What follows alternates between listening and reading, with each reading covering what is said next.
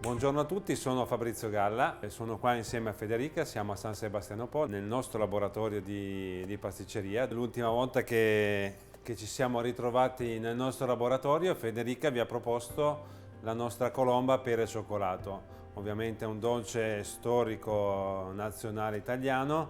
Quest'anno invece vi proporremo un dolce di origine piemontese che risale alla fine del 1800. Andremo a realizzare una panna cotta, un dolce molto semplice.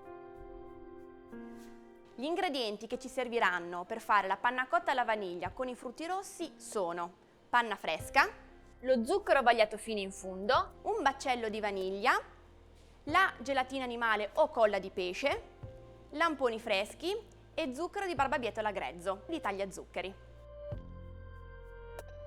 Iniziamo la ricetta. Qui abbiamo la panna che abbiamo separato perché andremo a mettere solo una parte all'interno della pentola. Insieme alla panna andiamo a mettere anche la vaniglia. Questa qua è una vaniglia Tahiti che ha una parte aromatica molto particolare. Un coltellino con la lama liscia e con il dorso del coltello andiamo a schiacciare il nostro baccello in questo modo qua e lo incidiamo a metà. Dopo che abbiamo fatto questa operazione andiamo ad aprirlo. Vedete che dentro ci sono tutti i semini e sempre con il dorso del coltello andiamo a raschiare e raccogliere tutto.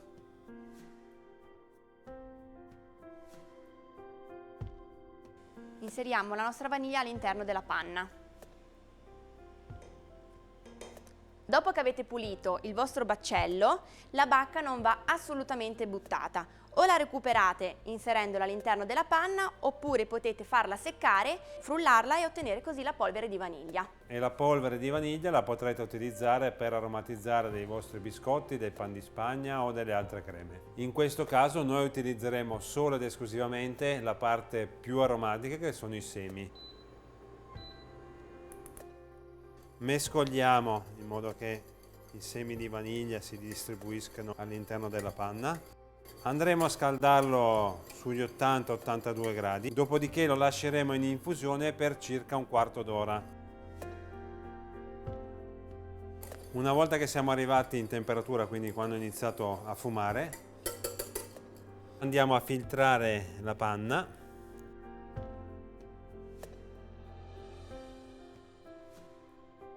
In questo modo andiamo a togliere questa parte fibrosa della vaniglia che non è la parte aromatica. Andiamo ad aggiungere questa massa di gelatina. Non è nient'altro che la gelatina reidratata. Okay? Andiamo a inserirla sulla panna bollente, così si va a sciogliere completamente. Deve essere completamente sciolta perché agisca in fase di raffreddamento. La lasciamo in infusione per circa 10 minuti, un quarto d'ora a temperatura ambiente. I nostri 10 minuti di infusione sono passati e la vaniglia ha estrapolato tutto il suo aroma, quindi possiamo andare ad aggiungere gli ultimi due ingredienti. Per primo aggiungiamo lo zucchero. Questo zucchero proviene da barbabietole coltivate in Italia. Mescoliamo ancora per qualche secondo, fino a che lo zucchero non sarà completamente sciolto. Andremo a inserire della panna a 4 gradi per abbassare la temperatura della panna cotta che abbiamo fatto in precedenza, per un semplice motivo: se abbiamo la panna troppo calda ritroveremo tutta la vaniglia sul fondo. La panna la aggiungiamo a filo e continuiamo a mescolare con la frusta. Continuiamo a mescolare sempre con la frusta finché la nostra miscela non è bella omogenea.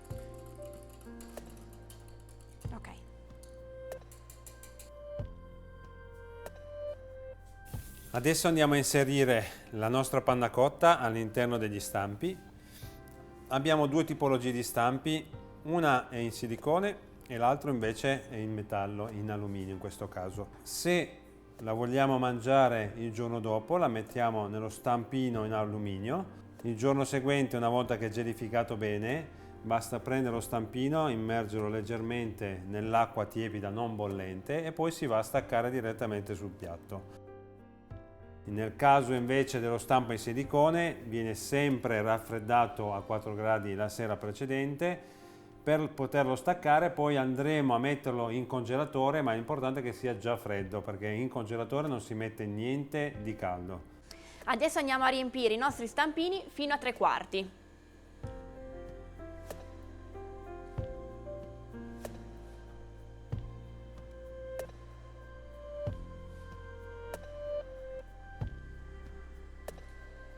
Come potete vedere, i semini all'interno della nostra panna cotta sono distribuiti in modo omogeneo. Per quanto riguarda invece gli stampini in silicone, li andremo a riempire fino al bordo.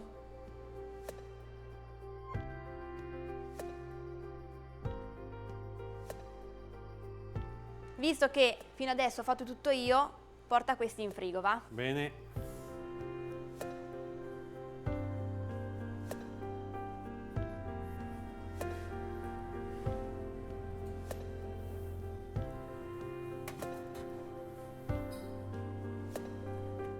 Per guarnire la nostra buonissima panna cotta alla vaniglia andremo a fare una salsa con i lamponi freschi e lo zucchero grezzo di barbabietola.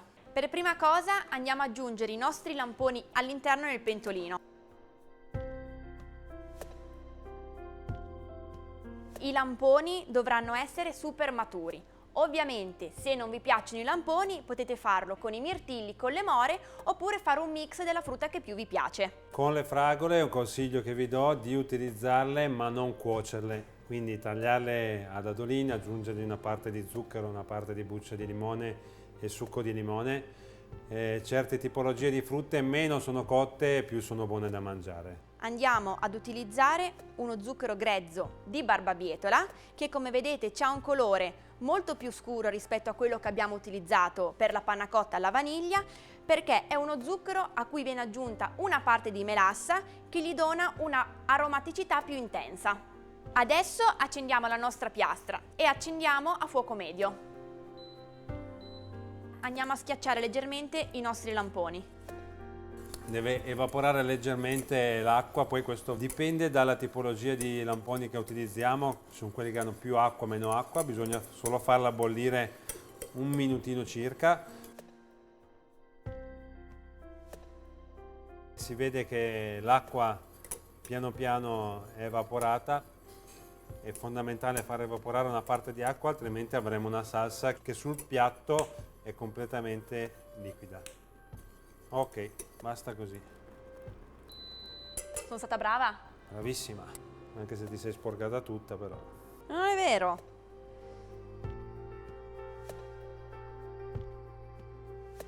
Andiamo a pulire bene il nostro pentolino, in modo da non sprecare nulla. Allora adesso andiamo a mettere la pellicola a contatto, vi faccio vedere perché. Mettiamo la pellicola a contatto del prodotto perché così non si forma la pelle in superficie. Andiamo a metterla nuovamente in frigorifero.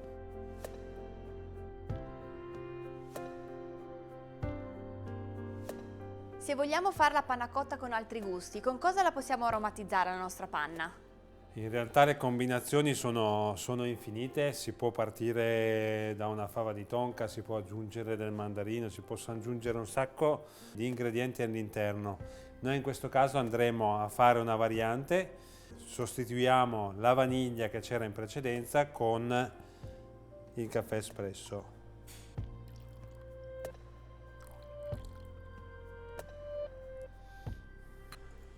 La nostra panna cotta al caffè è pronta, quindi dovremo fare esattamente come abbiamo fatto con la panna cotta alla vaniglia, cioè versarla nei nostri stampini e poi la faremo gelificare una notte in frigorifero a più 4 gradi.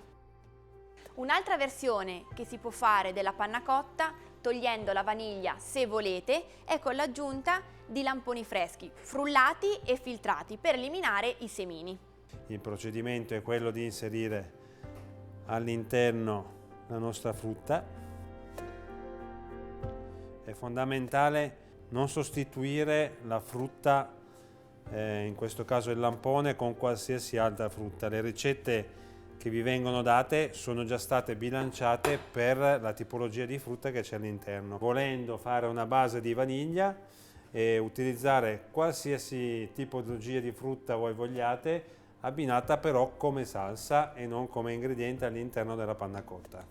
Una volta inserita e miscelata bene la frutta all'interno della panna cotta, andiamo a inserirla negli stampi come abbiamo fatto con la panna cotta alla vaniglia. Visto che abbiamo fatto tutte queste versioni, vediamo se mi conosci bene. Quale sarà la mia preferita? Conoscendoti bene, tutte. Adesso andremo a decorare la nostra panna cotta classica alla vaniglia. Andiamo a mettere all'interno del buco un po' di croccante di mandorle, che è semplicemente un bacio di dama con le mandorle e poi tritato tutto. Bene all'interno, adesso mi passi la salsa di lamponi. Normalmente nei dessert al piatto andiamo a inserire una parte croccante, che è quella che fa esaltare tutta la parte aromatica del dolce.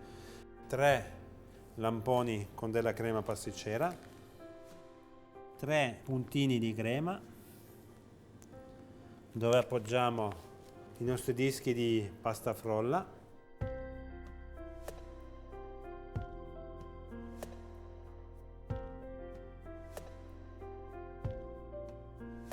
andiamo a fare un altro puntino di crema pasticcera che ci servirà per appoggiare il nostro lampone ripieno. E aggiungiamo un pistacchio per dare un po' di colore al piatto. Dulcis in fondo la nostra foglia d'oro. È una foglia d'oro alimentare 24 carati. Non è che posso assaggiarla per vedere se posso promuoverti oppure no? Va benissimo, Ok. proviamo.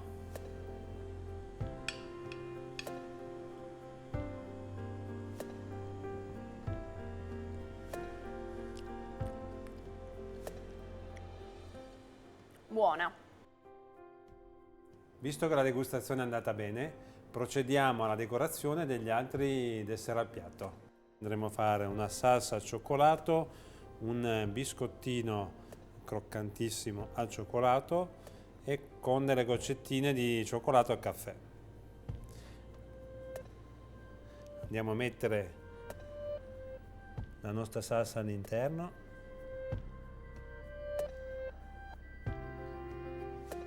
Dopodiché mettiamo il nostro dischetto, andiamo a fare dei decori sul piatto.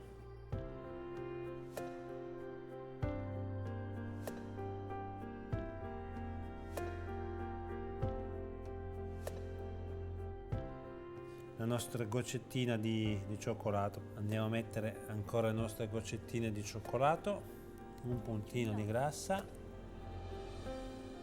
e voilà. Adesso passiamo all'ultima versione, che è quella con i lamponi. Allora abbiniamo il lampone insieme al mango. Qua abbiamo fatto una da dorata di mango fresco, dove la percentuale è 50 di cubetti e 50 grammi di mango frullato insieme. Andiamo a mettere sempre all'interno una parte del nostro mango. Andiamo a decorare anche un po' il piatto. In questo caso qua gli mettiamo dei lamponi tagliati a metà.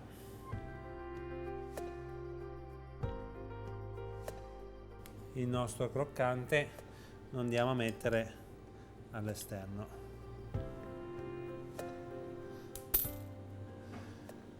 Mettiamo un frollino al centro con il nostro lampone. Andiamo a grattugiare il pistacchio sul piatto per dargli un po' di colore e per dare una parte aromatica fresca, dare una nota agrumata, gli mettiamo del lime sulla parte superiore. Questa è una versione super estiva e fresca. Esattamente, gli abbinamenti sono infiniti, come è infinita la fantasia che dovrete utilizzare per creare degli altri nuovi dolci. Noi vi aspettiamo nelle nostre pasticcerie, perché c'è una grandissima novità. Vogliamo dirla? Esattamente, da poco abbiamo aperto a Milano in Corso Matteotti 11. Il nostro video sulla panna cotta è finito. Un caro saluto agli amici di Taglia Squisita da Federica E Fabrizio, e vi aspettiamo per i nostri prossimi dolci. Ciao! Ciao ciao!